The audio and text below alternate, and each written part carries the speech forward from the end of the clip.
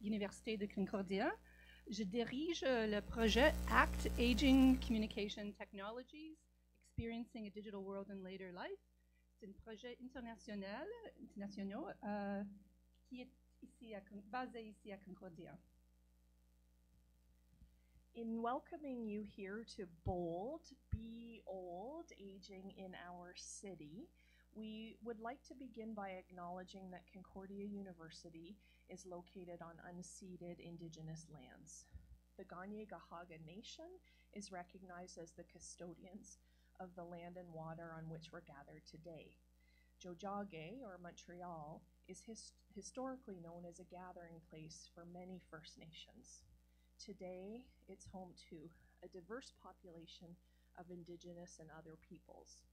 We respect the continued connections with the past, present, and future in our ongoing relationships with Indigenous and other peoples within the Montreal community.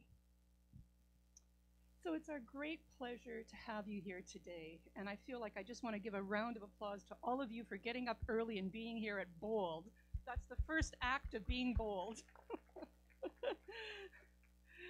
So Bold is hoping to set an example for how it is that Concordia University is embracing the question of inclusion in the institution, and we're here to welcome you and your ideas. Think of the university not just as a space where we tell you what is going on, but you need to tell us what is going on and what we all need to do together to transform the society in which we live. Concordia is a space of engagement where people of all ages, we want to say, especially older people, and like we like to say, we're all aging, we're all getting old, can talk about and envision, adjust, an inclusive future for our cities. As we age, we don't just look back, we still look forward. I'm very pleased to welcome the Dean of the Faculty of Arts and Science, André Roy, to give a few welcome remarks. Thank you very much, Anne, and thank you, Kim. C'est avec un grand plaisir que j'ai accepté l'invitation de dire quelques mots à l'ouverture de ce symposium. Et j'aimerais remercier ACT et Engage pour la création de Bold, Be Old. Le sujet vieillir dans la ville. On sait que la population québécoise, la population montréalaise est vieillissante de façon accélérée. Et non seulement la proportion de personnes âgées, on définit âge maintenant à 65 ans, augmente, mais aussi la longévité augmente. Sur le plan personnel, j'ai passé le cap de 65. Et donc, je fais partie des aînés. À l'époque, on parlait de l'âge d'or. Oui, on parlait de l'âge d'or. Quand on parle de vieillir dans la ville, on commence avec l'idée de vieillir. Pour plusieurs, comme moi-même, comme peut-être tout le monde, je n'ai pas fait de sondage sur vieillir, mais vieillir arrive graduellement. Puis une journée, on arrive et on passe un cap de 65. C'est arrivé graduellement, sans trop réfléchir, sans la vie se déroule. Et je réfléchissais, est-ce qu'il y a des gens qui connaissent ici Paul Hébert, qui était un acteur comédien très connu au Canada français? Paul Hébert, une journée, était interviewé, il avait 70 ans, et on lui demandait, Monsieur Hébert, quand vous pensez à vous, comment vous vous voyez? Il dit, je me vois comme un adolescent de 14 ans. Je me vois avec un petit chapeau avec une plume, et je marche dans les prés, puis tous les jours, je pense à moi-même que c'est ça. Et je pense que c'est un peu ça aussi quand on vieillit. En tout cas, pour moi, je me regarde, puis je pense à moi, je suis pas là. Sauf que c'est là. J'ai le privilège de vieillir en santé comme d'autres. Je suis encore assez alerte, physiquement, intellectuellement. Je suis bien entouré. Des amis, des petits-enfants. Je suis indépendant. Je suis assez aisé financièrement. Mais pour le gros des personnes qui vieillissent, ce n'est pas nécessairement le cas. Et avec l'âge, vient souvent la fragilité, l'isolement, l'oubli, certainement une précarité, une santé souvent parfois hypothéquée et une certaine dépendance. Et une vieillesse qui peut être difficile. Et en ce qui concerne Bold, c'est vrai qu'on parle de tous les aînés ou de toutes les personnes vieillissantes, mais en même temps, il y en a qui sont laissés derrière. Lots of our older people are left behind. Vous marchez sûrement dans la ville. Moi, je marche tous les jours dans la ville pour venir au travail. I walk every single day to come to work. Who do I see on the street? I rarely see older people. And I think there's a title that I've seen flashing about the visible invisible. One thing that is happening for les aînés is sometimes this idea that you become invisible. It's difficult to be inclusive when you're not being seen. And that's part of this idea of aging dans la ville. Si vous pensez à la ville de Montréal, comment elle est structurée, cette ville, puis elle est structurée pour qui? Elle est structurée autour de réseaux de transport qui favorisent une mobilité maison-travail. Quand on devient plus âgé, le travail prend une portion bien moins importante dans la vie et on devient un petit peu comme exclu simplement par la structure de la ville. Mais on devient aussi exclu quand on devient invisible dans cette structure de la ville. Et c'est pour ça que ce qu'on fait ici à Bold, cette réflexion, j'aime cette expression de ville ludique, ville créative, ville inclusive. Mais pour être inclusif, il faut aussi, en tant qu'humain, ce n'est pas juste une question d'infrastructure, c'est une question d'humanité. C'est une question que j'appelle d'attitude. Moi, j'ai passé le cap de 65 ans, puis je suis impatient envers les personnes âgées. Je devrais juste me dire, attends un peu, André, là. Réfléchis, parce que tu es là toi aussi, puis il y a peut-être du monde en arrière de toi qui sont impatients parce que, je veux dire, il y a toute cette réflexion qu'on doit faire en tant qu'attitude humaine, et que ce soit en ville, mais en ville encore plus, parce que la densité humaine y est. Puis il y a une question d'attitude par rapport au vieillissement, à l'âge, à la considération de chaque personne. Je pense que ça commence là, l'inclusivité. Après, on peut penser à des formes dans la ville, comment favoriser que cette attitude se manifeste, que ce soit dans des lieux publics, que ce soit aussi dans une forme d'habitation intergénérationnelle. Je ne vais pas prendre trop de temps, mais j'ai visité la ville de Newcastle, l'université de Newcastle, il y a quelques années. Ils ont un projet intergénérationnel qui est fameux.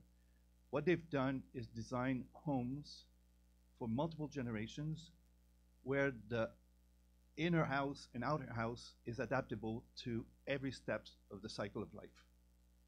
Removable walls, you can shrink the kitchen, you can open it up, you have children, you have to create more bedrooms. It's a fantastic project. And when they presented the project at council, basically council, this is not happening. It's not quite possible to do, right? Well, they said, well, no, we're gonna, and they got a sponsor. And then when the project went up, lots of people were actually calling them and say, how can we get in there? One of them I can mention is Lewis.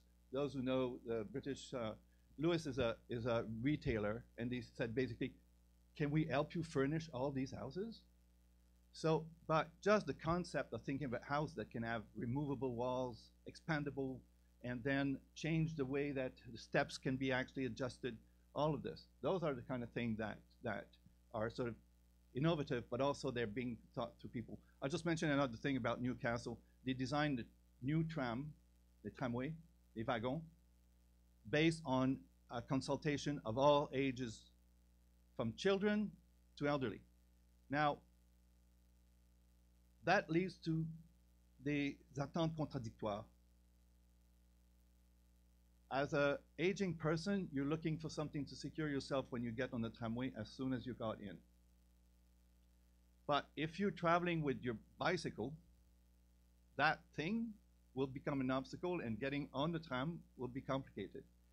But they use all this contradiction and they created fantastic wagon adapted to all generations. So these examples exist here too, but I'm just mentioning Newcastle because I happen to have seen it. This symposium is essential. It's about Inclusion City, and I want to thank the organizers. I want to thank the sponsors. I want to thank all the participants, and specifically all of you, because this is a really nice intergenerational crowd, and I think it will lead to des idées audacieuses, des échanges fructueux qui vont amener des actions concrètes pour rendre notre ville plus ludique, plus créative pour tous. Merci.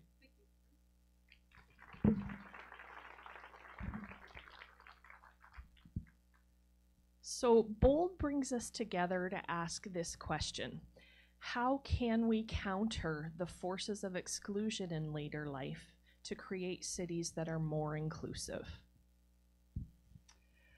And just a little bit of data. Statistically, there's more low-income seniors in Montreal compared to many other major Canadian cities.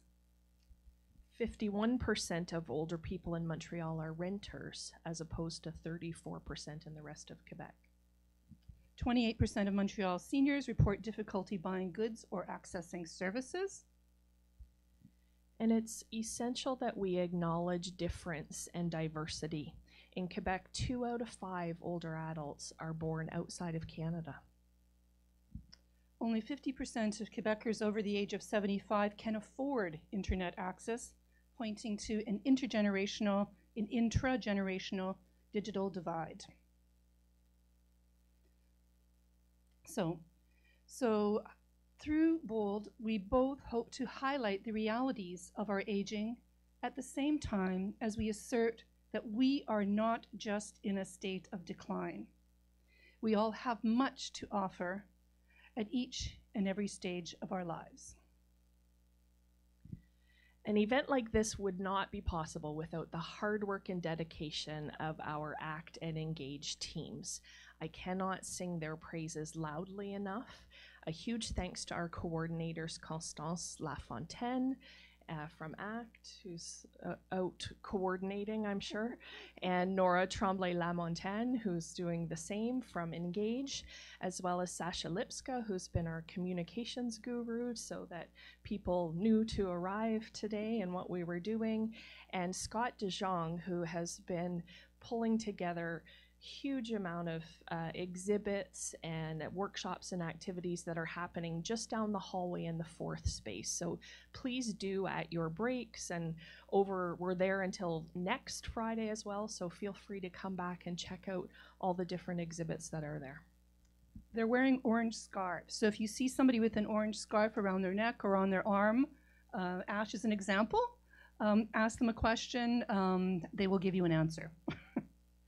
So I'd also just like to thank our incredible, supportive, collaborative, ongoing partnerships with groups like RECA, Respecting Elders, Communities Against Abuse, the Atwater Library, the CREGES, Group Harmony, the Art Hives, and WIN. In addition, we have an incredible group of speakers, so we thank them all for coming here and giving their time today to share innovative, audacious ideas with you. And we acknowledge the support from Concordia, from Hospitality, the folks at the 4th Space, University Communication Services, and Media Relations. And we are extremely grateful to all of our funders for both ACT and Engage and for the event itself, which includes the Social Sciences and Humanities Research Council of Canada, the Office of the Vice President Research and Graduate Studies here at Concordia, the Faculty of Arts and Science is always our biggest supporter, and we're especially glad to have some additional funding from the Luc Maurice Foundation to help to support a more inclusive event here today. Aging isn't always easy. And with you all here today, I remember those who did not make it here, who could not make it here for many different reasons. As we age and face life challenges, boldness is required. I'll say lots of puns today about Engage, but that's later. So be brave. Be brazen. Do not be beaten even when you feel broken or broke. Stay bad. grow old, and be bold. Thank you.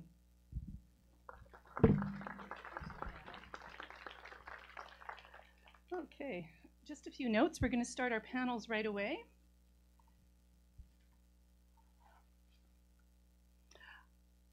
I'd like to let everyone, we're actually, of course, we're running a little late. 2 minutes behind, not so bad. So I'd like to welcome Celine Cooper to the front, who's going to be our first moderator. And Celine is come to the front, and as well as the panelists. Celine is a journalist, Concordia researcher, and a member of our community, and a real advocate for issues related to older adults in Montreal. And we really thank her for being here today. And she's going to introduce everyone else on the panel. So welcome to Bold, everyone, and welcome to our first panel. Is there anything else to say? Sorry. Hi, everyone. Sorry, this is Ash speaking, the model of the orange scarf. There's a lot of lovely people that are coming in and are having a hard time finding a seat. So just out of the spirit of community, I just invite everyone just to move inward so that folks, when they come in, they have a seat. So if you can just move, if you have access needs though, please do not feel the need to move. But if you do not have those access needs, I invite you just to move a bit closer to the person beside you, so that folks don't feel like they have to sit on those stairs. Thank you so much. And one more quick, as you're shuffling around, washrooms are just to your left as you exit the cinema straight ahead. There are gender inclusive washrooms on the, where did that go? 3rd floor in the library building. If you take the elevator up there, we are translating everything, so there will be presentations in French and in English, so grab some headsets outside if you didn't see those, and we have our LSQ interpretation happening as well. And one last thing is that during the day, in the giant orange tent, we have the wonderful Nura Breck, who is going to be creating a podcast. So if you have something to say, or if you want to talk about an issue that is of concern to you, you can go either speak into the mic and register what it is you want to say and be part of the podcast or learn about podcasting. Or if you just like to leave a comment for us or leave a suggestion or have a conversation, Nora is also there during the day to kind of take in information, so that we've also got a space for people to just give information all day. And also we have a number of wonderful kiosks at the inside for you to visit. And also we welcome you to go to the 4th space, see the exhibit. If you haven't registered, to try the so-called escape room, which is really trying to convey the story of someone who is undergoing elder mistreatment. It's an experiment in new forms and genres of thinking about how to communicate. And there's also some wonderful exhibits from members of our community, and also interactive kind of research things that you can partake in around vision and balance, etc. So, okay. Good morning. Bonjour à toutes et à tous. It is my great pleasure to be here as the moderator for this morning's panel. And I wanted to thank all of the organizers, ACT and Engage, for this tremendous conference, and I'm really excited to be a part of it. Je m'appelle Céline Cooper, je suis une rédactrice à l'Encyclopédie canadienne. I'm currently working as an editor at the Canadian Encyclopedia, but I was previously a columnist for the Montreal Gazette for many years, and one of my big passions has always been urbanism, Montreal, and how we can create a city that is inclusive and vibrant and healthy for everybody. So I think today's conversation is going to be really rich, and I really look forward to it.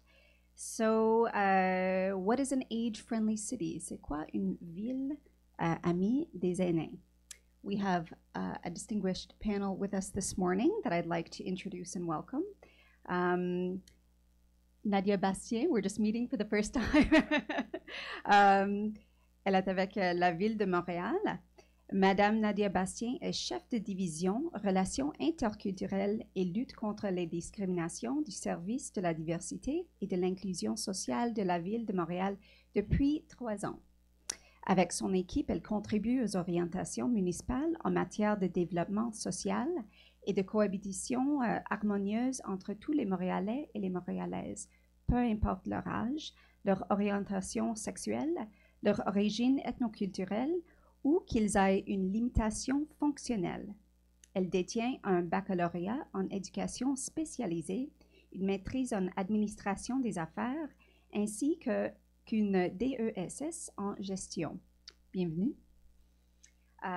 Next to her is Megan Joy from Concordia University. Megan Joy has a Master's of Science in Planning, a PhD in Policy Studies, and is an assistant professor in the Department of Political Science here at Concordia. Her research interests include the politics of population aging, theories and practice of progressive politics and policy in cities, and the shifting policy role of the nonprofit sector. Welcome. And finally, our last but not least, our third panelist, Pasquale Delgado, avec l'Alliance des communautés culturelles pour l'égalité dans la santé et les services sociaux, Access. Pasquale Delgado est active en tant qu'organisateur communautaire à Montréal depuis 1971. Originaire de Cuba, il est diplômé de l'Université de Puerto Rico ainsi que formateur interculturel et consultant expert en gestion de la diversité.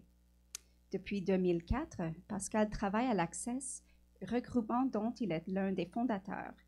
Il travaille également à développer les outils et les ateliers de formation pour les programmes de services destinés aux aînés issus des communautés culturelles et aux intervenants des institutions publiques. Bienvenue. So we have a very rich conversation coming up. What I will invite the panelists to do each in turn is take 15 to 20 minutes. They've got a presentation. It will be free-flowing. Ça va dérouler en anglais et en français. Donc, n'hésitez pas de demander des questions après, soit en anglais, soit en français. If nobody has any reservations about the order, maybe we can begin with Nadia. Ça te convient? OK, c'est parfait. Nadia.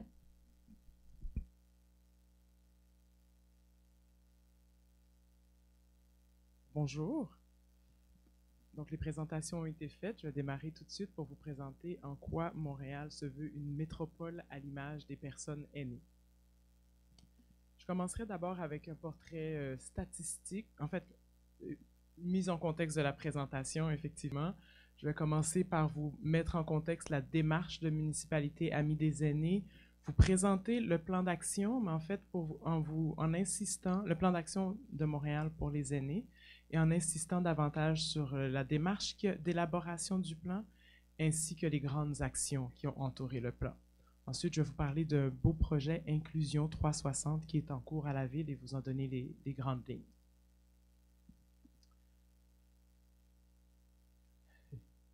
Quelques statistiques quand même assez parlantes sur Montréal, quoique les personnes qui ont parlé avant moi, je pense, en ont fait un très beau portrait. Alors, selon les données du dernier recensement, à Montréal, il y a 17% de la population totale qui est âgée de 65 ans et plus. 44% des personnes sont issues de l'immigration, donc on voit vraiment qu'il y a un beau portrait, et je pense que mes collègues vont en parler également, à quel point on n'est pas, quand on parle des personnes aînées à Montréal, on n'est pas devant un bloc monolithique, mais vraiment avec une belle diversité de personnes. Des enjeux de pauvreté pour nos personnes aînées, malheureusement, 20% des personnes de plus de 65 ans vivent avec un faible revenu et 36% vivent seuls.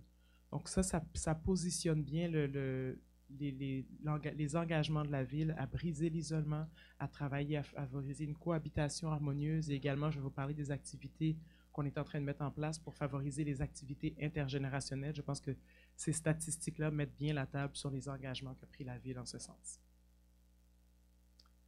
La démarche municipalité Amis des aînés à Montréal ne date pas d'hier et je vous en explique un peu les grandes lignes. Donc, dès 2010, inspiré par le Guide mondial des villes Amis des aînés de l'Organisation mondiale de la santé, qui lui a été lancé en 2007, le gouvernement du Québec a adhéré au mouvement de municipalité Amis des aînés et a convié les villes, les municipalités à emboîter le pas et à se joindre à ce grand mouvement.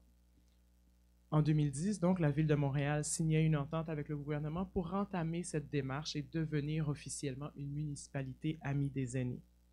Ça nous a amené à développer un premier plan d'action pour les personnes aînées qui s'est déroulé de la période 2013 à 2015. Il a été prolongé même jusqu'en 2016, ce qui nous a conduit plus récemment à l'élaboration de deuxième plan, un plan pour les aînés, et c'est celui-là dont je vais vous parler davantage aujourd'hui.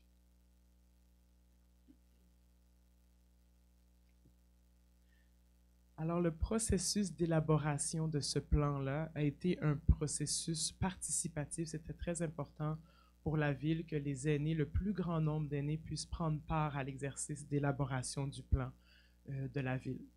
L'enjeu était de rejoindre naturellement les aînés les plus isolés, de s'assurer de la plus grande participation de tous et de faire un processus le plus participatif possible. En ce sens, nous avons engagé un processus de discussion avec la communauté qui s'est fait par différents moyens.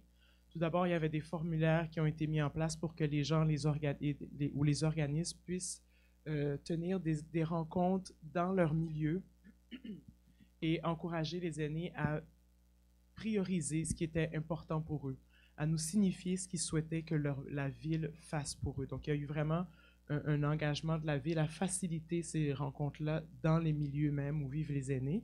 Également, on a voulu que cette discussion-là se poursuive directement avec nous. Donc, on a organisé des rencontres d'échange dans différents quartiers du territoire. On a voulu les rendre les plus géographiquement répartis sur le territoire. Il y avait la possibilité pour des aînés de participer en ligne aussi. Il y a des aînés branchés, les proches aidants. Donc, il y avait un sondage qui était disponible en ligne où les gens pouvaient en une dizaine de minutes répondre à certaines questions, prioriser encore les orientations de la ville et soumettre surtout des commentaires. Fort des recommandations de certains partenaires, on a aussi mis en place un système téléphonique pour que les gens puissent participer au sondage avec un soutien téléphonique, justement pour les aînés non branchés ou ceux qui n'avaient pas la possibilité de se déplacer dans les rencontres d'échange. Ce processus-là a quand même permis à plus de 2300 personnes aînées de prendre part, de participer et à faire entendre leur voix auprès de la ville, à nous dire ce qu'ils souhaitaient voir se mettre en place dans la ville. Et donc, on est très fiers de ce processus participatif-là et de l'engagement des aînés à vraiment nous faire part de leurs préoccupations. En plus de cette participation citoyenne, la ville s'est fait aider d'un comité aviseur qui était composé de grands regroupements de personnes aînées, d'institutions qui travaillent auprès des aînés, la direction de la santé publique. Il y avait des représentants de grandes institutions qui collaborent régulièrement avec la ville et qui sont également préoccupés par les enjeux aînés. De la même façon, tout ce processus-là, qui était coordonné par le service de la diversité et l'inclusion sociale, a mobilisé les différents services de la ville. Donc, on avait aussi un comité à l'interne pour aller chercher nos collègues d'autres services de la ville, nos collègues d'arrondissement, pour vraiment s'assurer que les préoccupations des personnes aînées soient transversales et soient également prises en compte par les collègues au niveau de la planification immobilière, au niveau de la planification du territoire, les collègues en habitation, pour vraiment que tous les services et toutes les unités qui font en sorte, qui réalisent les interventions de la ville soient conscients et prennent part également au processus d'élaboration du plan d'action aînée. Sautons maintenant directement dans le plan d'action aînée. Donc, je vous présente rapidement ce plan qui est composé de 4 axes, 7 objectifs et 40 actions.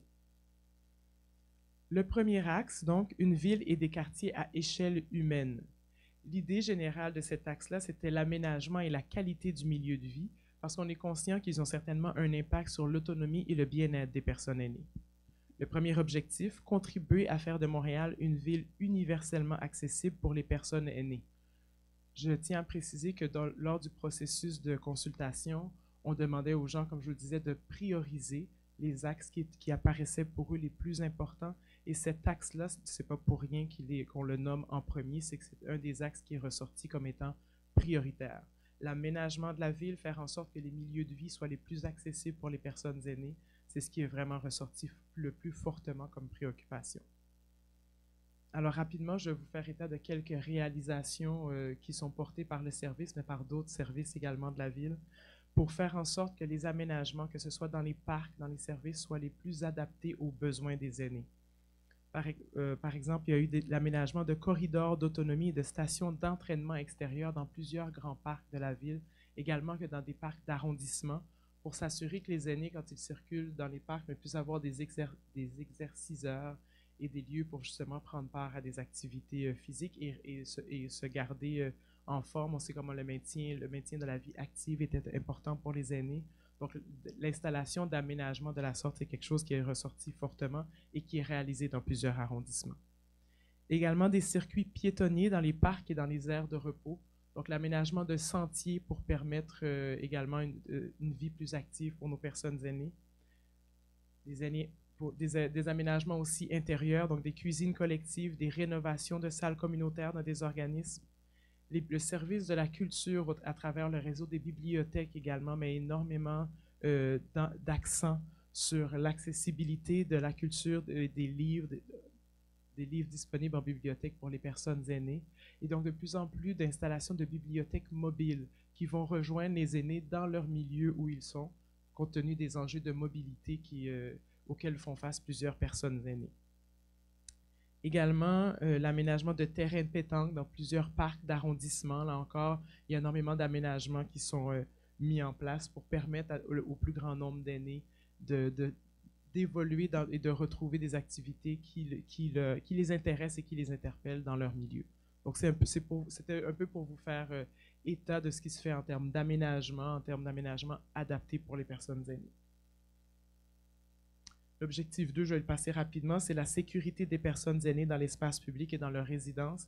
C'est aussi un élément qui est ressorti fortement, la sécurité des aînés. On a énormément de services qui y contribuent. On travaille de plus en plus avec la direction de la sécurité publique. En ce sens, le service de la voirie, le transport y contribue.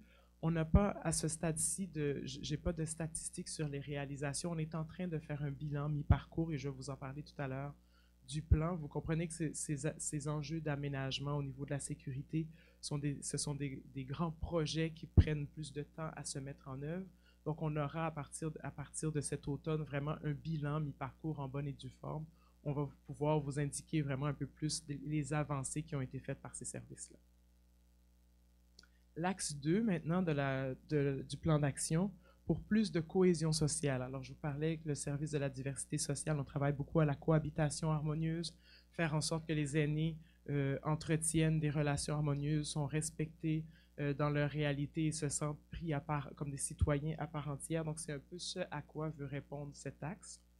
Le premier objectif, contribuer à la lutte à la pauvreté, l'exclusion et la maltraitance des personnes aînées plus vulnérables. Mieux faire connaître la réalité des personnes aînées à la population et contribuer à ce que les personnes aînées demeurent actives dans leur communauté. La Ville de Montréal n'agit pas seule. L'ensemble de ces arrondissements travaillent avec énormément d'organismes communautaires qui organisent des activités directement dans les milieux et on compte beaucoup sur les organismes pour être un bras opérationnel et rejoindre les aînés dans leur milieu.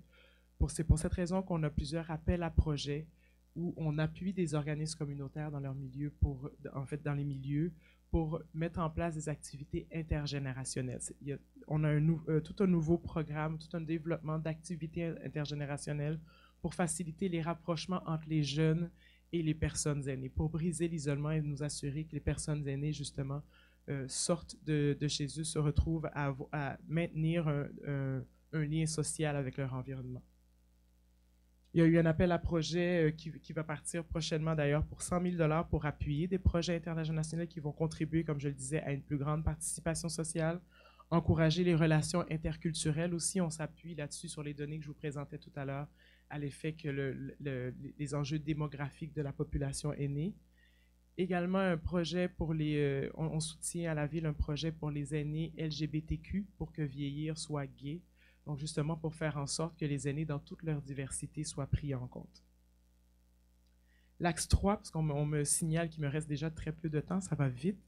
L'axe 3, des personnes aînées engagées dans leur communauté. Je pense que l'engagement des personnes aînées ne date pas d'hier non plus. J'en ai parlé tout à l'heure et on l'a vu lors du processus participatif d'élaboration du plan d'action, l'engouement des personnes aînées à faire entendre leur voix.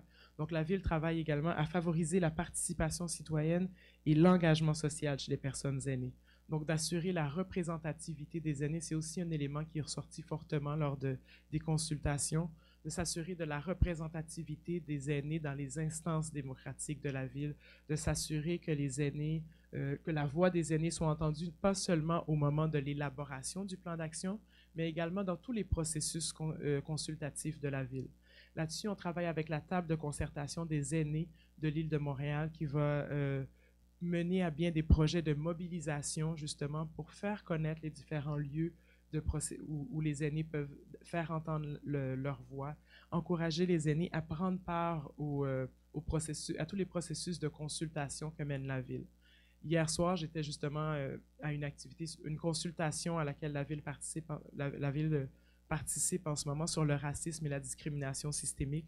Donc justement, la table de concertation des aînés travaille à mobiliser les aînés pour que leur voix soit entendue dans tous les processus de consultation, même lorsqu'ils ne sont pas identifiés clairement pour les personnes aînées. Ce sont des enjeux qui touchent également les aînés et c'est important pour nous d'entendre les préoccupations qui en ressortent.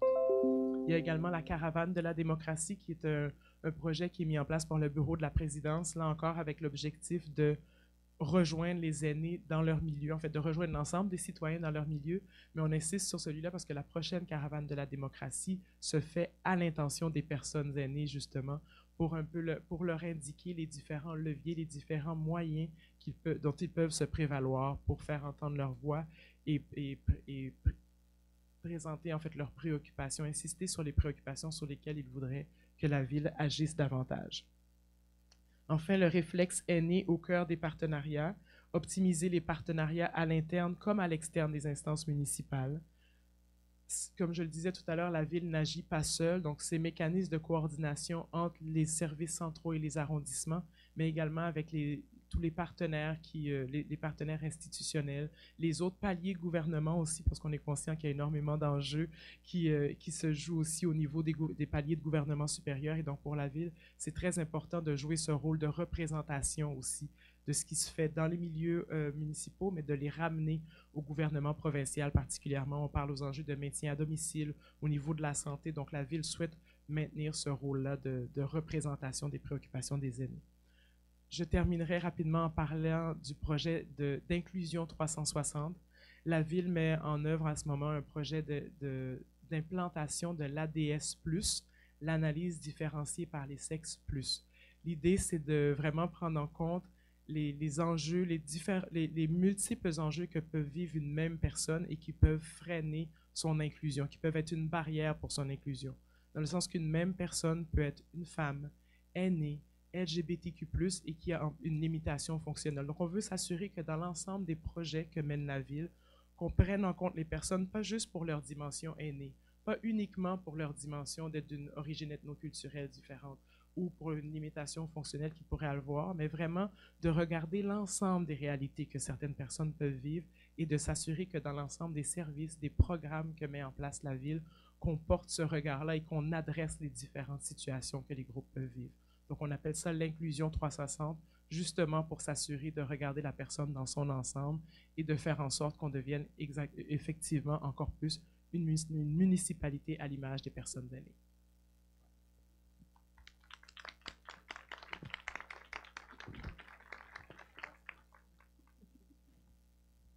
Megan.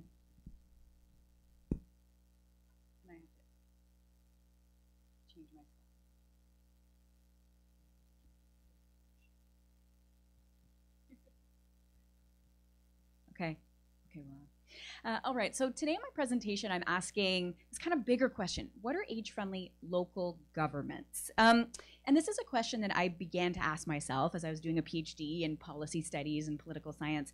You know, as more and more local governments in Canada, as we were just talking about in Montreal, and worldwide have begun to adopt these age-friendly city policy strategies, or municipalité amies des aînés in the Quebec context, I wanted to really ask, what is the local government's role and capacity here?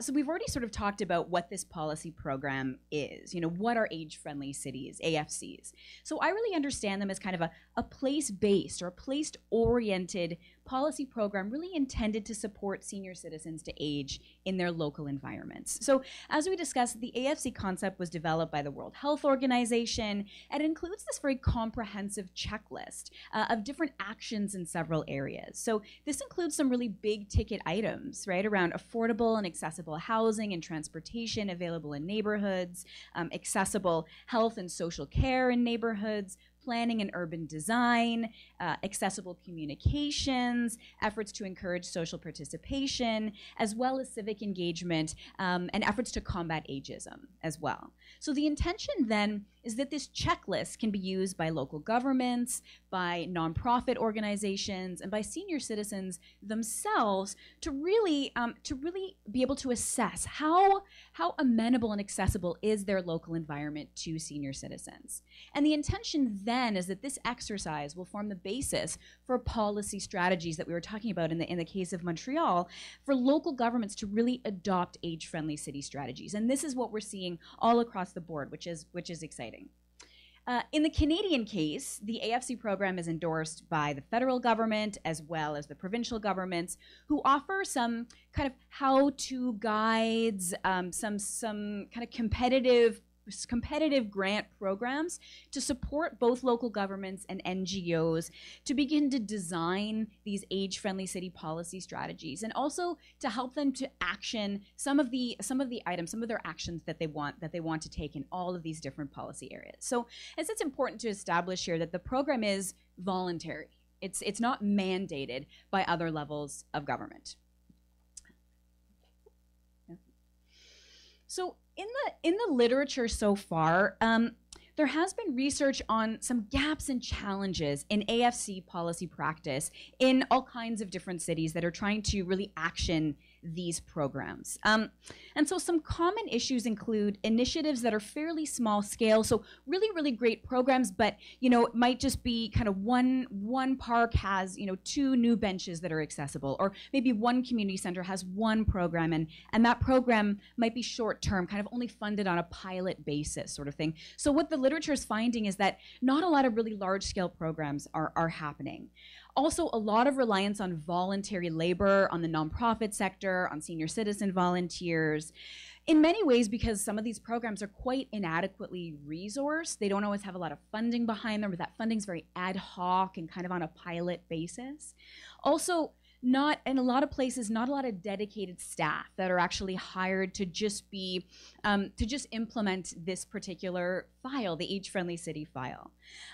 What we've also found in the literature is there's fragmentation kind of within cities. So one neighborhood might have really great programs, another doesn't.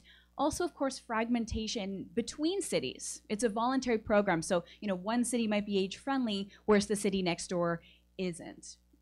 So some gaps here. Also, another thing that we found in the literature is that the program can, in some places, be targeted only to very specific groups of seniors. So very, very well-to-do seniors, for example, or very, very isolated seniors. It's very rare for programs to really be addressing, kind of understanding the full diversity of the needs of senior citizens. So it's exciting that Montreal is taking action in that way, and we're going to talk about this further in the panel. So this has led to critiques in the literature that the AFC practice is not really resulting in really real, fundamental, tangible material benefits for senior citizens. So lots of small, great programs, but not a huge impact. And some of the literature has actually kind of said this is a symbolic sort of a symbolic policy. It's not as meaningful as we would want. You know, and I found in some of my research there was this kind of constant, it's just another report that's going to collect dust. There was a lot of concern and worry about that. And, you know, I kind of worry around that rhetoric, right, of this sort of understanding or dismissing of government as sort of inherently, you know, inefficient and ineffective, uninnovative, self-interested, because I think it really distracts from the real struggles and challenges that local government actors are facing and really trying to design and action these programs. And so, you know, as somebody that's in political science and policy studies, I wanted to figure that out. So my research really puts a spotlight on local governments. And here I define local governments both as including municipalities, but also these special purpose bodies like transit commissions, police boards, social housing corporations that have their own governing boards, because we have to think about how they're all working and operating together and aligning around these things. And, you know, because it's really important to study cities and how they're doing this, really, because they're understood as key actors in this AFC program, key institutions in really mobilizing, designing, implementing age-friendly cities, but actually their roles and capacities are very underexamined in the bulk of age-friendly city literature. So I tried to sort of fill this gap in my research. So I think there are kind of two interrelated dimensions that need to be understood. First off, when we begin to look at local governments in this way, and the first is sort of understanding them in this context of policy devolution, let's say. So a transfer of policy responsibility from more central governments onto more local governments. And in many ways, the AFC program itself can kind of be understood as part of this current trend that we're seeing today, where local governments are increasingly expected to address some of our major policy challenges today.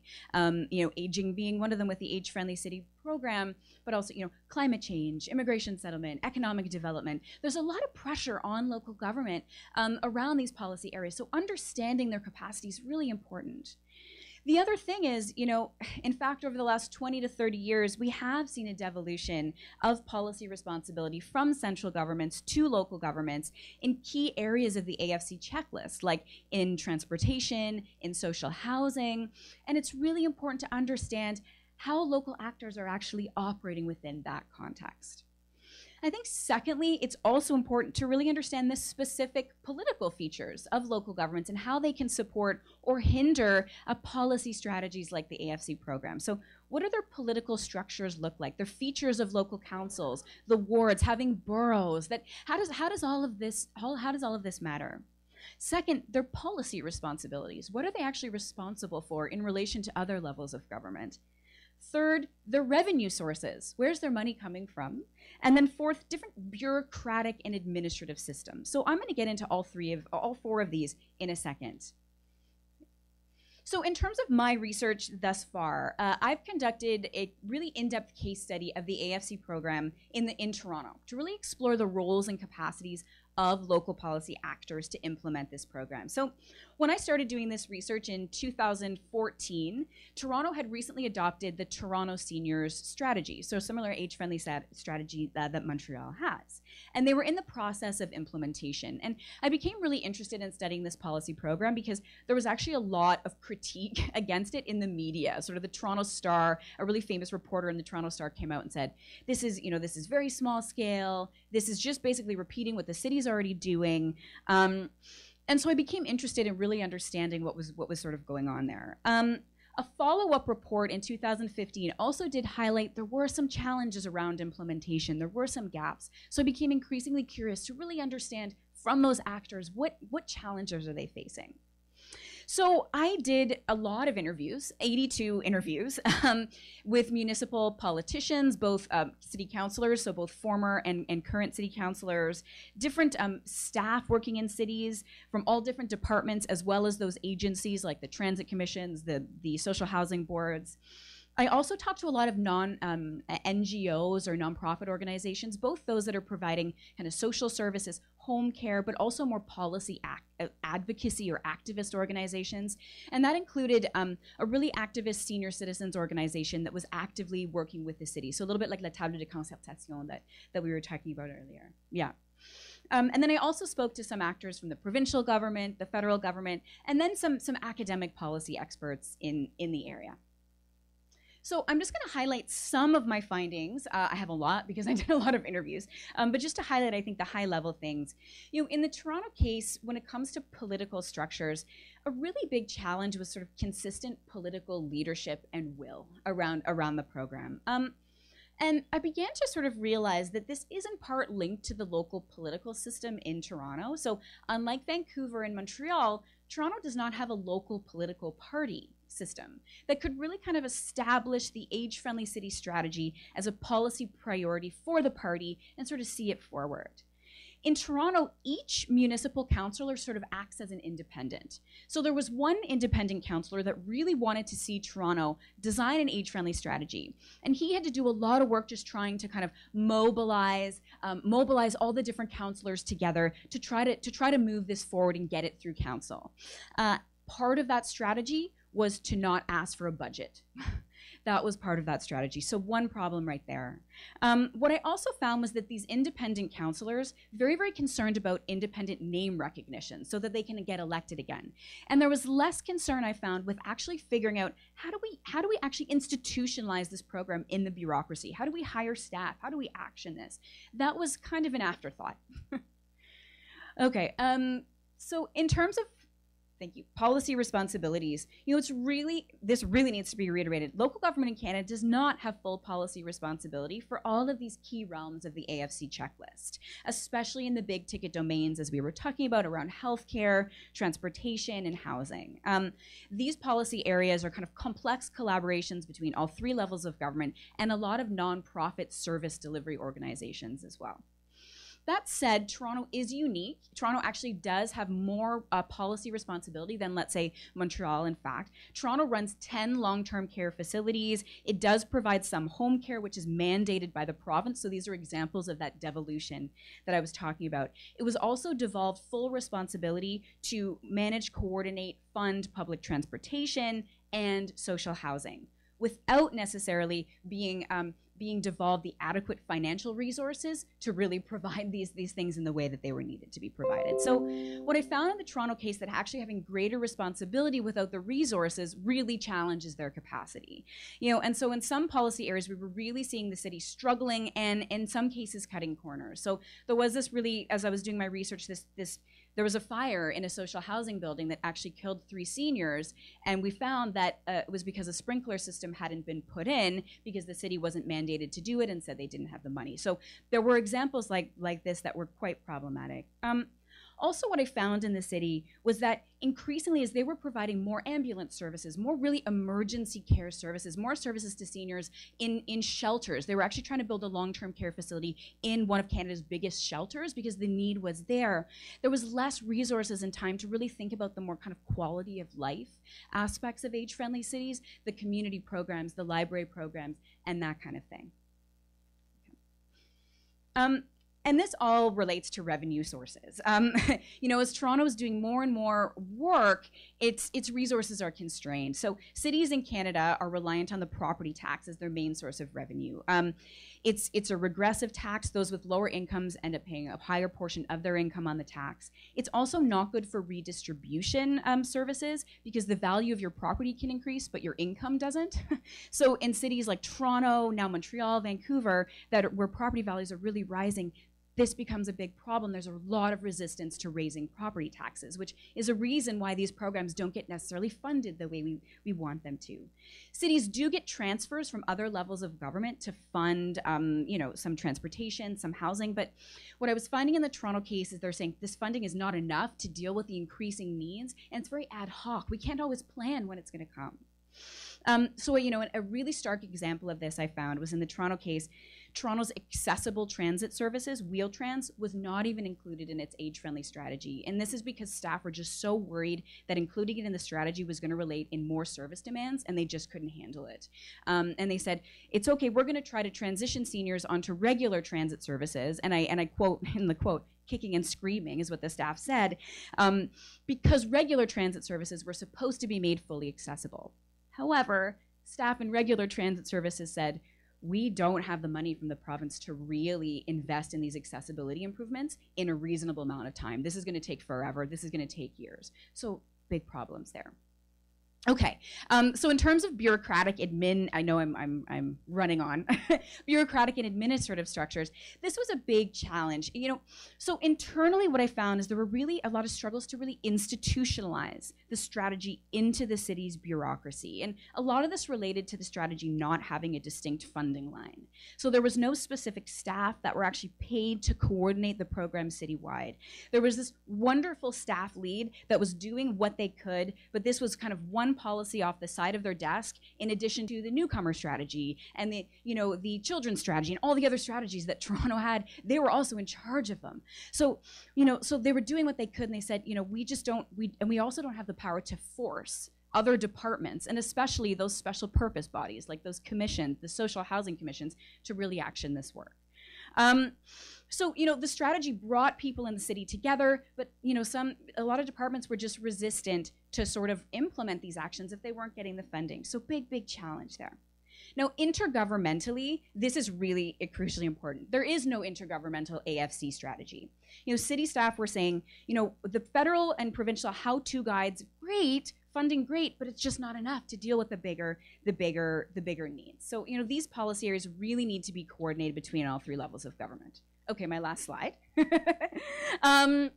And there's a lot here, so maybe we can talk about this during the break, or the discussion. But, you know, so my findings are really, there are a lot of struggles here that we need to take seriously and all kind of work together. And so, you know, I was thinking about moving forward, you know, I think that community organizations, there really does need to be that coalition building among nonprofits to really, you know, stand up for seniors and all their diversity to the city, but also work with the city, work with counselors, work with staff. And here, what I found in the Toronto case was beginning to work really well was actually having an advisory board of senior citizens and nonprofit organizations that didn't just work when the strategy was being developed, but that were actually institutionalized in the bureaucracy and there over the long term.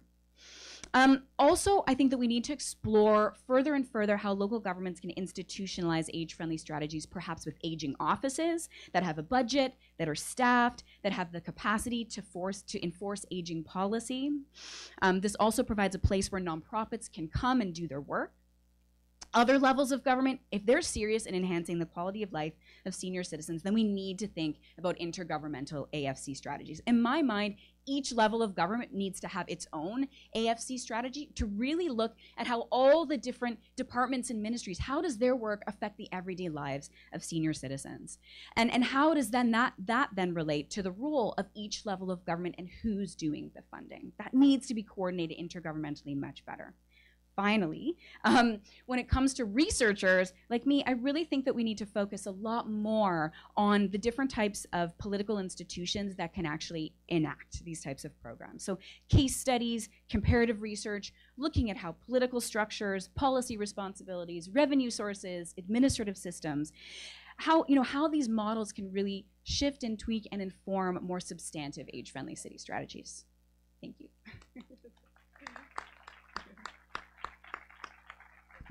Pasquale. Hello. Okay. If somebody could do the clicking for me, I would really appreciate it. I hate clickers. Okay.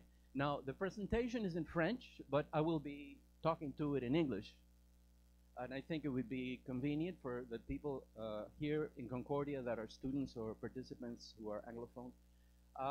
Number one, what is access before we click? When I say click, click. Number one, access is a coalition of 133 organizations. It was created in 1984 to look at issues of accessibility to health and social services for people of ethnocultural minorities. We've been around a long time, and we've been trying to improve things. Number two things, before I start, I want to say that tomorrow is my 72nd birthday. So I am officially a real senior. Happy birthday! Thank you. And third, I'm Cuban. Normally I don't need a microphone, but hey, you know, I'm going with the flow. So let's go click. When I say click, click. The challenges of aging in a city that is more cosmopolitan and pluriethnic or multicultural. Sorry, I didn't say click. Behold, bon, it's the name of this conference. Go ahead, click. And it happened today. Okay. On, next click. I should say click. Click. Okay. What do we mean by seniors of a ethnocultural communities? 18% of the population in total in Quebec, around 18%, is 60 years or more. Click. 44%, we saw what Madame Bastien was saying, 44% of seniors in the region of Montreal come from cultural communities. And this is according to the latest statistics, so it's a growing population, and in 20 years will be about half of the population for seniors in the island of Montreal. Again, we're talking about the island of Montreal, so we go beyond simply the city of Montreal, but looking at the other cities of the island of Montreal. We look at some of the issues also that were found on the research of the Direction de la Santé Publique, Public Health of Montreal. We have seen that seniors are very susceptible, have many vulnerabilities. The most important groups in terms of vulnerability, according to that study by the DRSP, were people of low income and immigrants. And this is from a study that was done by the Public Health Administration of Quebec in 2008, page 14. Click. Sweet. The portrait of seniors puts the emphasis on the fragility of certain subgroups of a population, of the aging population. Among them, we look at women, immigrants, and persons living alone. And we know that the majority of seniors in Quebec, 95%, are living in their own domicile, and many of them live alone in their domicile. So there's a question of isolation, social isolation. And it is very important, according to that study, that these populations that are vulnerable be identified so that we can target our interventions and programs in terms of improving the situation. That was one of the recommendations in 2008. So far, focusing on social services and health, but obviously that touches upon many, many different areas, as Madame was saying before, different levels of government that must be involved in the process. Click. We started a research with looking at the situation of disparity between the quality and quantity of services and programs destined to seniors of certain ethnocultural communities.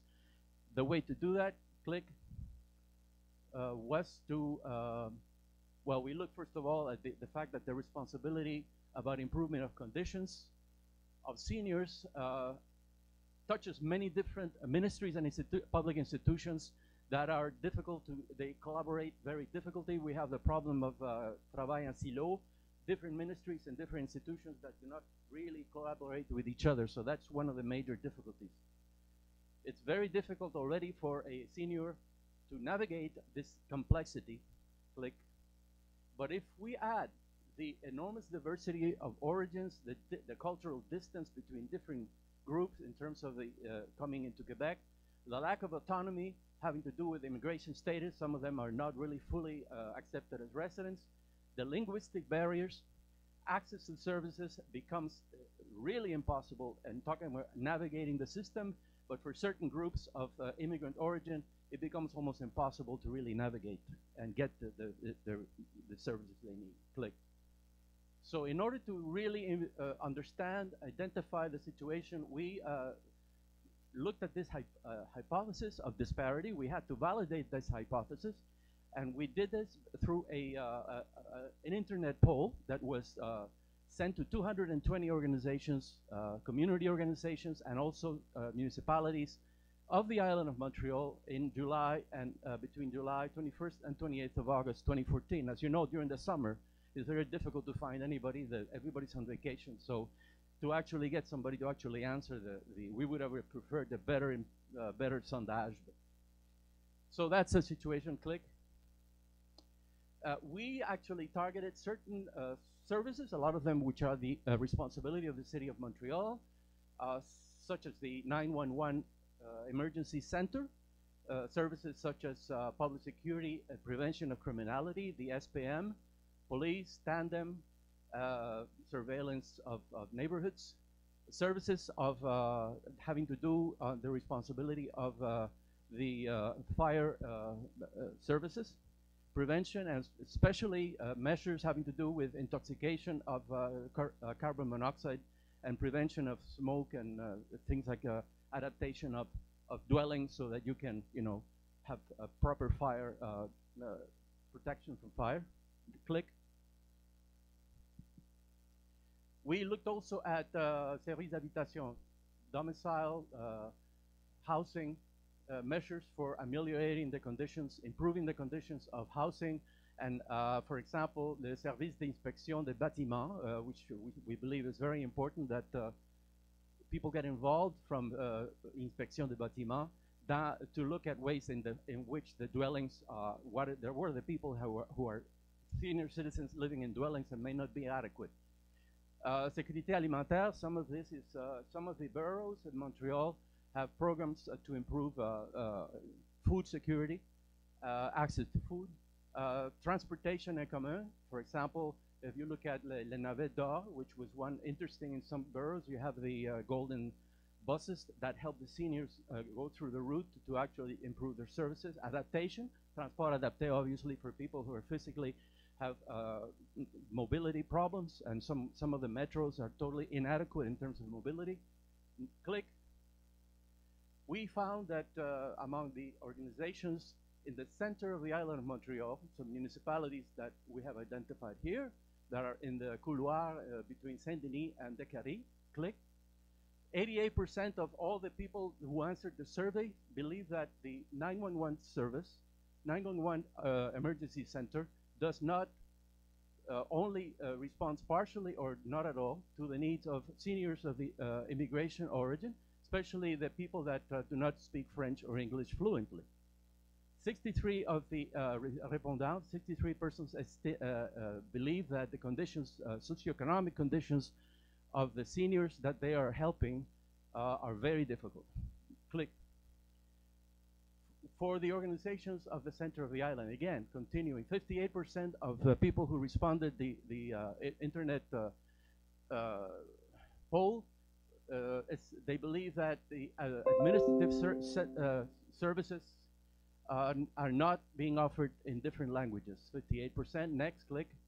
41% believe that there's a complete lack of documents and services than mother tongues other than of the new immigration. People come from new immigration. Click. This is easy to find, by the way. You go around and you can get a hand like this to be able to point. The organizations from Centre-West, west center of the island. So, what I mean by that is municipalities that include Bordeaux, Cartierville, Côte-des-Neiges, La Salle, NDG, Saint-Laurent, Saint-Pierre, et Ville, Montréal. Click. 83% of all the people who answered believe that the public health authorities do not take into account diversity, ethnocultural diversity of the population. Click. 68% of respondents believe that the information of the services, administrative services of the city or the borough are not accessible to seniors that have speak languages other than French or English. Click. Among the organizations to the east of the island of Montreal, municipalities, arrondissements that are situated, click, generally to the east of Saint-Denis, click. 80% of the respondents believe that the services of the city are not offered in different languages, click.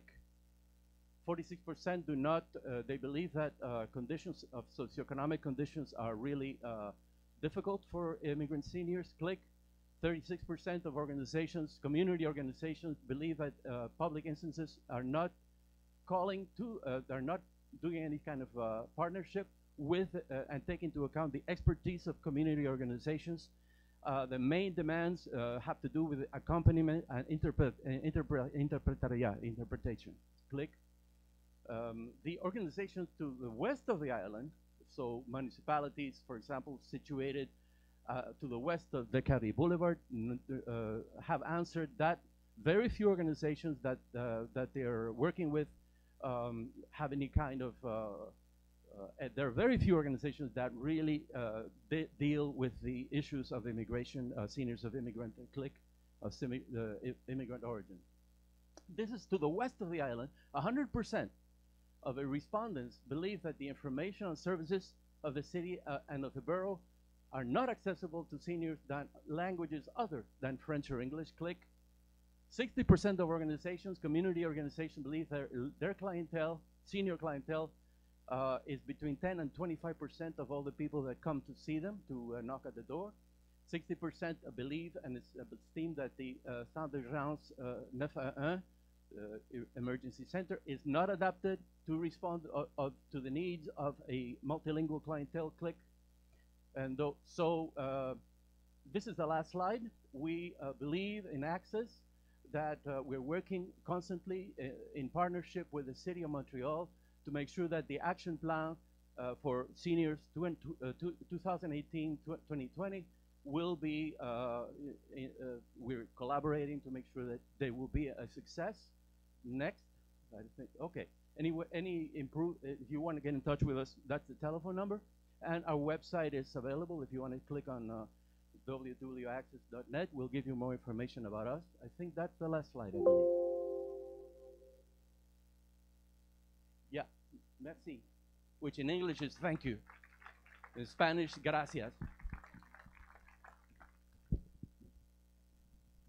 Thank you, and thank you to all three of you for your contributions. Merci à vous tous pour vos contributions. If my calculations are correct, we've got about 20 minutes or so for questions. We have organizers who are circulating the room with microphones. You may ask your questions in French or English. I have a feeling that there will be a lot of them. I'll do a gauge, and if there aren't any immediately, then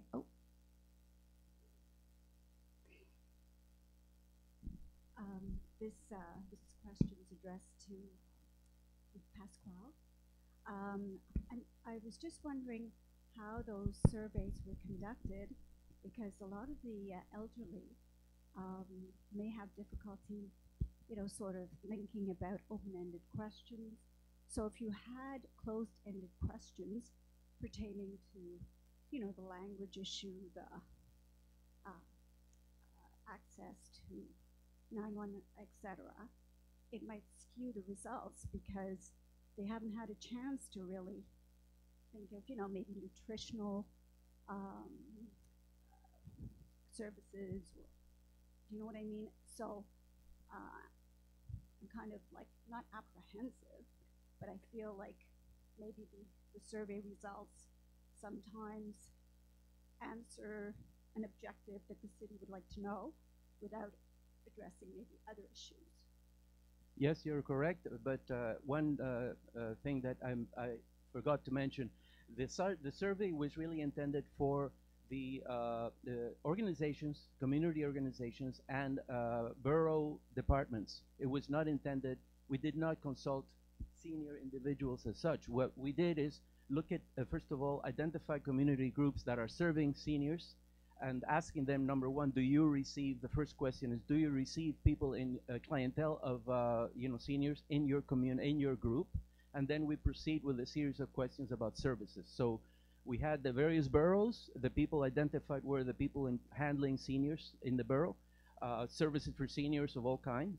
And we identified a number of community organizations that normally would give services to seniors. So you're right, if we had done an open internet survey targeting individual seniors, then we would have come up with completely different results. As it is, we wanted to find out what the community groups are facing in terms of accessibility to service.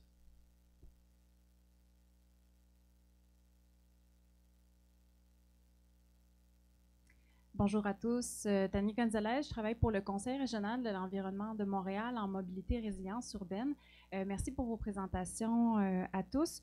Je voudrais en fait rebondir sur votre présentation, Megan, quand vous parlez des défis intergouvernementaux, puis nommer, je ne sais pas s'il y a des représentants du gouvernement fédéral et provincial aujourd'hui dans la salle, non?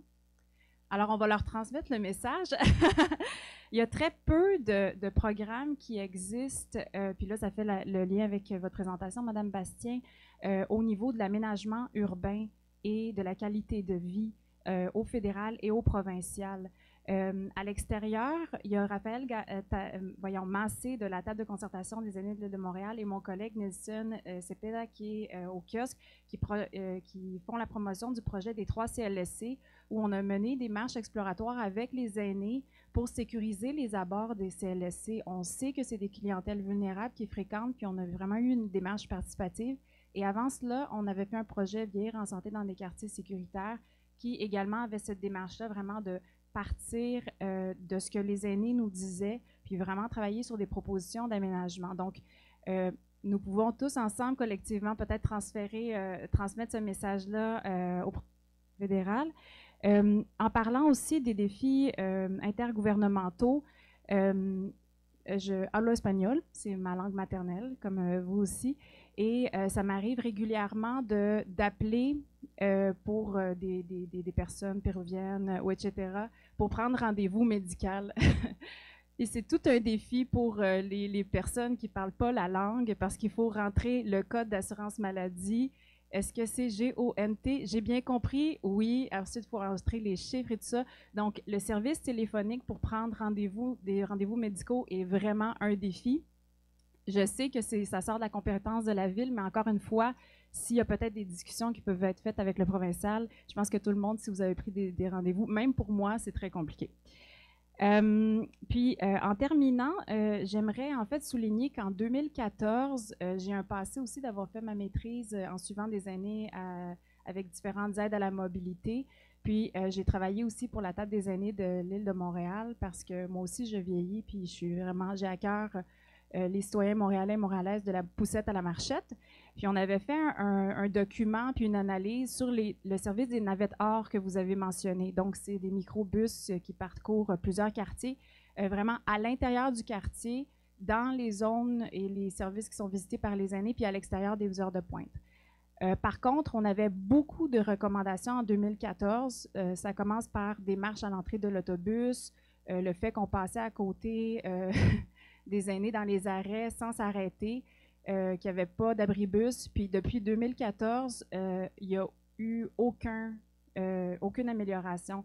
J'ai travaillé comme organisatrice communautaire aussi à Bordeaux-Cartierville, donc j'ai eu l'occasion de refaire la tournée. Puis malheureusement, ça, c'est un service qui est méconnu. Puis comme il est méconnu, il est mésutilisé. Comme il est mésutilisé, il n'y a personne qui prend compte de ça. Puis j'inviterais peut-être la ville parce que je sais que vous travaillez vraiment de bonne foi, puis je vois vraiment votre engagement à peut-être doter peut-être les organismes communautaires de ressources pour refaire cet exercice-là avec les aînés. On avait vraiment monté à bord avec les aînés, puis pouvoir contribuer à améliorer ce service-là qui est par ailleurs apprécié là, pour ceux qui l'utilisent. Merci. Je suis totalement d'accord. Il y a énormément de travail à faire et je vous félicite. Les différents paliers gouvernementaux, on était vraiment pris avec la situation de l'austérité fiscale qui était la politique de l'ancien gouvernement. Depuis 2014, il y a eu une réduction des services, même de santé et services sociaux, accès par exemple au CLSC pour la population en général au Québec, c'est pas seulement pour les personnes des communautés culturelles. Et ça a eu un impact direct sur les services et sur les sentiments de sécurité à travers tout le pays. Je crois qu'il faut travailler là-dessus. Pour les navettes d'or et pour d'autres choses, je crois que ça s'entame aujourd'hui avec la nouvelle administration, un bon début d'une collaboration très importante avec la nouvelle administration de la ville qui va nous permettre d'arriver à probablement des projets pilotes comme vous venez de mentionner. Les navettes d'or, je crois que c'était excellent comme projet. Alors, il y a énormément de travail à faire. Je suis très content qu'on a approché le fait de le problème des ressources, qui était certainement un grand problème de partage de ressources et de partenariat avec les organismes non gouvernementaux, comme on a vu à Toronto, des problèmes qui se vivent en termes de pouvoir faire des partenariats efficaces avec les organismes qui reçoivent cette population, surtout les nouveaux immigrants. C'est eu la porte d'entrée dans grande mesure des personnes qui arrivent de différents pays. et les services qu'on a besoin sont énormes, mais les ressources sont très limitées. Donc, merci. Are there any other questions from Yes. the floor? Hi. I have a question mostly for Nadia and possibly Megan as well. You spoke about the way different OBNLs and municipal departments are working together, but there's no mention about another huge sector, which is the private sector. I'm just wondering what kind of partnerships have been considered with the private sector to provide more services to make things more accessible for seniors. You know, the statistic, there's about 30% of seniors who are of faible revenu, that leaves 70% who aren't, who would be of great interest to these private sector businesses, because this population is growing and they need to be able to serve this population in order to survive themselves.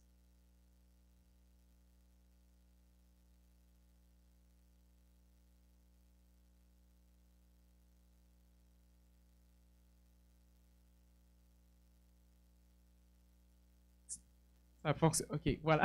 Merci pour la question, c'est ce que je veux dire.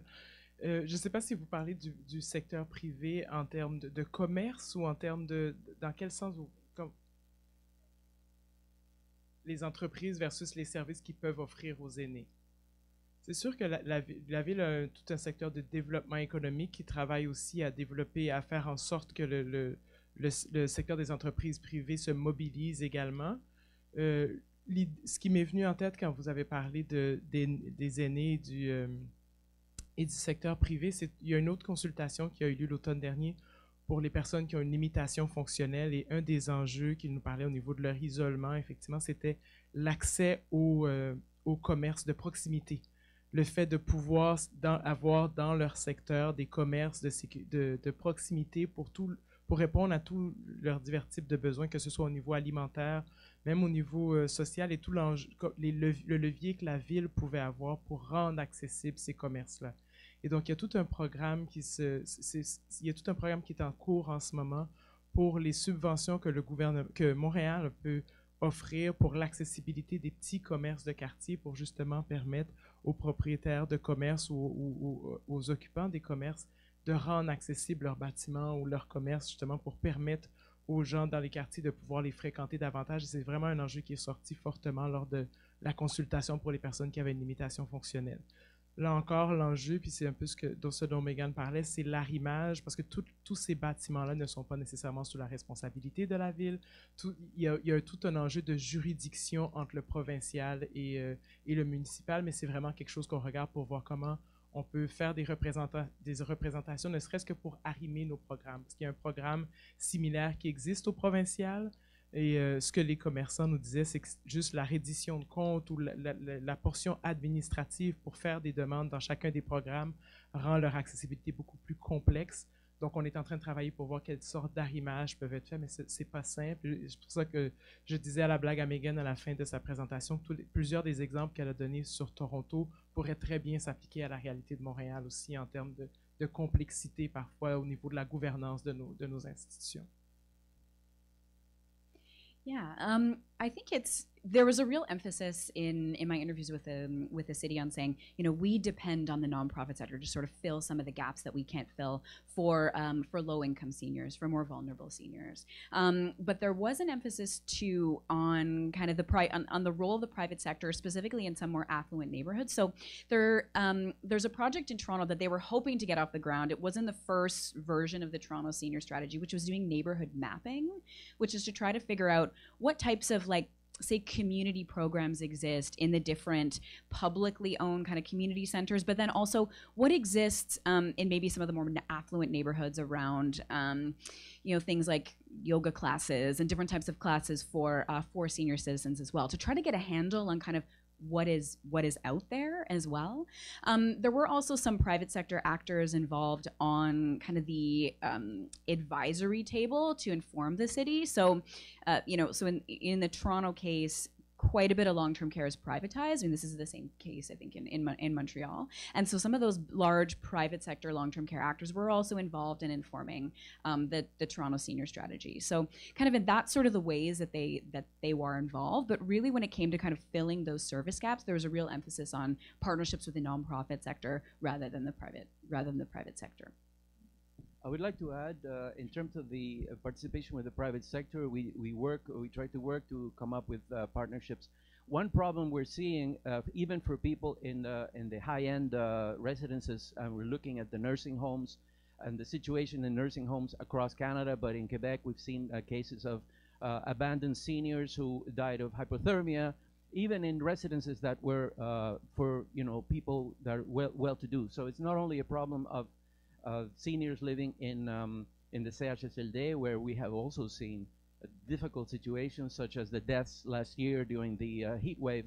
We're talking 66%. A good percent of them were people in CHSLD or in apartments all by themselves who were abandoned and who died of heat exposure. But anyway, the nursing homes is a very, very difficult area. We're looking at certification, accreditation, and how can you monitor and have a monitoring service to make sure that the senior homes are well manned in terms of personnel.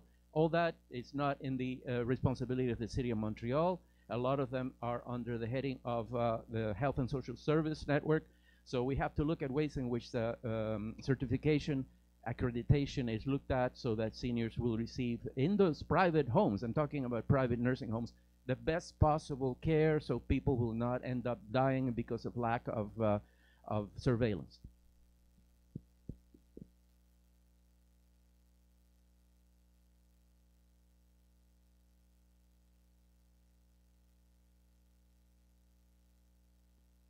Rose, put another dime in the jukebox, baby.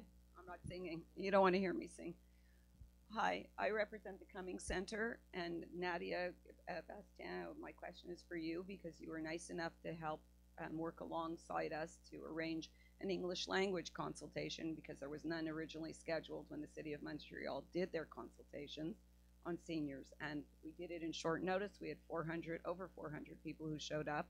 And two of the issues that came up were English language to healthcare, access to healthcare in English, access to healthcare professionals in English, and also the internet. The problem that everything you're told is to go online to get your tax, caregiver tax credits, disability tax credits, any information you need, you're told to source online, which is a problem for a lot of seniors.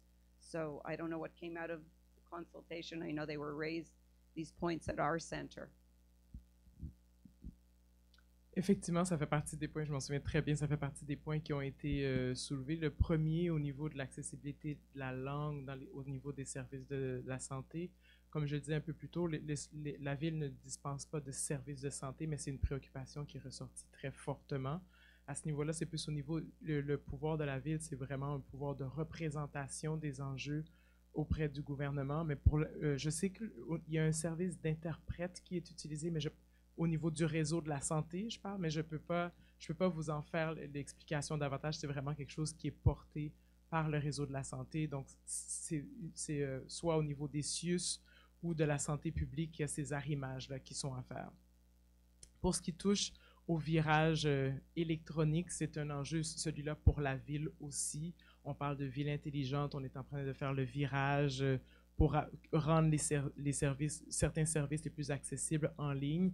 Et une des préoccupations que notre service continue à ramener, c'est de développer le plus possible le service qui est de multiples façons d'avoir accès au même service. Donc, par exemple, effectivement, un service qui s'offre également en ligne peut s'offrir également en présentiel ou avec un support téléphonique pour permettre aux aînés ou aux personnes plus vulnérables d'y avoir accès également. Je vous parle de la préoccupation qu'on a, de cette volonté qu'on a de ramener cette préoccupation-là au service qui s'y amène. C'est pas simple. Vous parliez tout à l'heure des liens interservices et des leviers qu'on n'a pas forcément. Souvent, quand on fait ces représentations-là, même à l'intérieur de la ville, la question qui nous est posée par les collègues, c'est est-ce que vous avez de l'argent pour qu'on puisse offrir ces services-là ou est-ce que vous allez nous aider financièrement pour offrir ces services-là?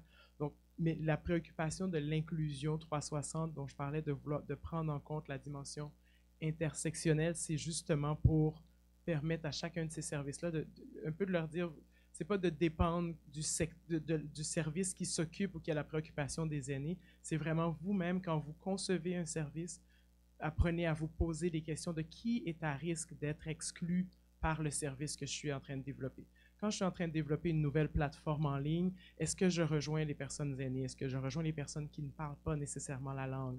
Les personnes qui peuvent avoir une limitation auditive? Est-ce que mon service permet de les rejoindre? Donc vraiment, le projet d'Inclusion 360, on travaille beaucoup à concevoir des formations pour s'assurer que l'ensemble des professionnels de la ville développent ce réflexe d'inclusion-là et se posent les bonnes questions en amont même du développement des services. Donc, mais c'est un work in progress. I would like to add that some of the problems we're facing with the new technologies, this again, there has been this idea that you have to go to a website, you have to consult, or even if you call Resource Canada or Ressources Québec, you're going to go around in circles before you can finally somebody who can give you the information in French or English. So you can imagine the barriers when you're looking at somebody who just arrived from Syria and speaks only Arabic or Persian or whatever. I want to say that call centers in general, we're having a difficult convincing them to somehow create multilingual services, at least as a side order. Some of them are doing some good work, but I think there's a lot of work to be done, and we have seen in the news recently that there's a problem with resources. If you call Resource Canada or any of the information sections right now, it's centralized. And if you want to know about taxes or retirement or whatever, you really have a hard time finding somebody to give you the information. I want to finish just simply by congratulating the Cumming Center. I see that the Cumming Center is a model of the kind of thing that cultural communities could be adapting for their own programs. So I would recommend that people really look into the services of the Cumming Center for their community and for all communities. It's not only for people of your religion. So just thank you very much. You're doing a great job.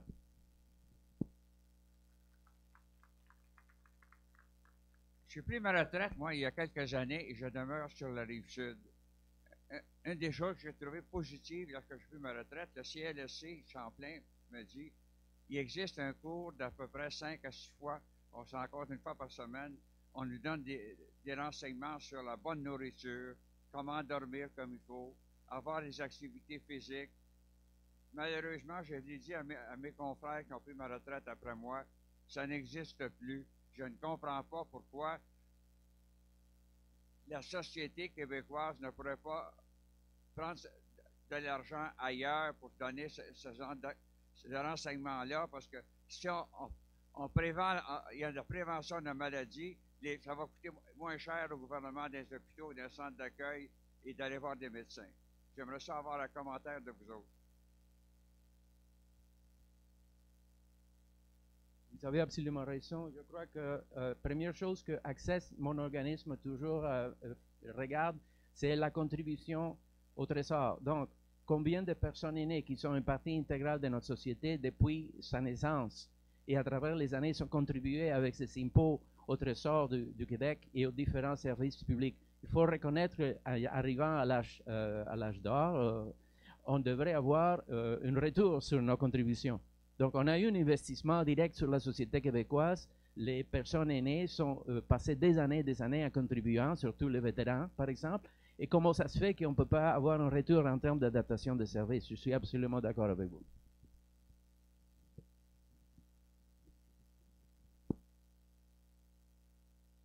Un peu dans le même sens, je pense que vous avez totalement raison aussi. Je pense que vous faites un lien aussi avec la prévention. On ne le dira jamais suffisamment à quel point c'est important d'agir en prévention. Vous donnez l'exemple tout à l'heure des investissements qui sont mis au niveau des ambulances plutôt que de travailler à la prévention de certains risques. Là encore, c'est pas un élément qui est sous la juridiction de la ville, mais je voulais juste mentionner que je suis tout à fait d'accord avec cette idée-là de travailler en prévention. Nous, c'est plus au niveau de l'aménagement routier, de travailler à sécuriser les espaces justement pour travailler en amont plutôt que lorsque des incidents surviennent. Je suis totalement d'accord. Un autre problème qu'on vit, c'est le cloisonnement des services par région. La sur-régionalisation des services, ça donne que des fois, un modèle qui était vraiment bien construit, mettons à Laval, n'est pas vraiment utilisé à la rive sud, à Montérégie. Donc, chaque région fait sa propre, réinvente la rue. On a vu depuis 30 ans des situations où, dans les services de santé et services sociaux, soit prévention ou curatif, on n'a pas un modèle homogène pour tous les pays, qui fait que de temps en temps, on va trouver des choses vraiment très bien faites dans la ville de Québec ou en Estrie, qui n'est pas vraiment modélé et utilisé, copié pour une autre région. Donc, et surtout depuis 2014, avec la disparition des agences régionales, ça fait que chaque 6 ou 6, dans l'île de Montréal, on a 6 ou 7, chacune redéveloppe sa propre politique en lieu d'être cohérent par rapport à une politique, à un plan global du ministère. Donc, chaque région réinvente la rue, puis on arrive avec des carences importantes, comme en Rive-Sud, par exemple. So I think we've got time for 2 more questions. I see one over here and one over here. First off, I'd like to congratulate you all on your efforts. I think we're really headed in the right direction. But as far as integrating the older population into our city, I think we want to keep them moving. There's a lot of healthy people over the age of 65 that, as we see, they're living on their own, but they can't go out shopping when they want to go shopping. If they live in the suburbs, the local community buses or the STM leaves them on a street where they have to walk across a football field to get to their Walmart or to get to their shopping center. Now, even a healthy person, it's a challenge, especially with our weather.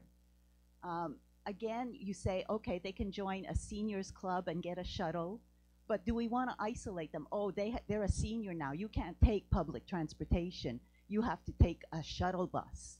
You have to go there. You can't go shopping the day you want to go. You have to go on Wednesday afternoons between the hours of 3 and 4. You can't get up in the morning and say, oh, I'd like to go to the store and pick something up.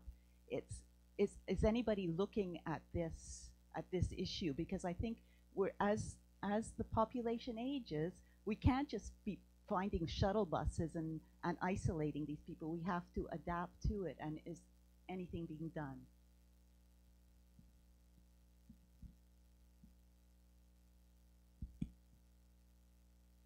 An excellent point. And I think, yeah, I mean, I had this really great quote, and I'm trying to remember it, but it was really that, that age-friendly is everything that the city does, right? It isn't just one department. It's urban planning, it's transportation, it's housing, it's, it really is every dimension.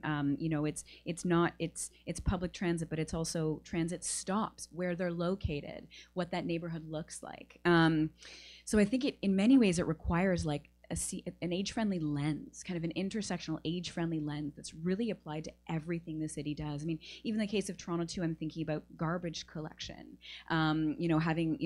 requiring people to kind of bring their garbage out to the curb. In a city like Toronto also, snow removal on sidewalks is not part of the city's requirements as well. So it's little things like that in terms of, but they're huge things, right? This is about everyday life and getting out in everyday life. And I think that's really what we need to think about, is that kind of a lens that really is applied to every department.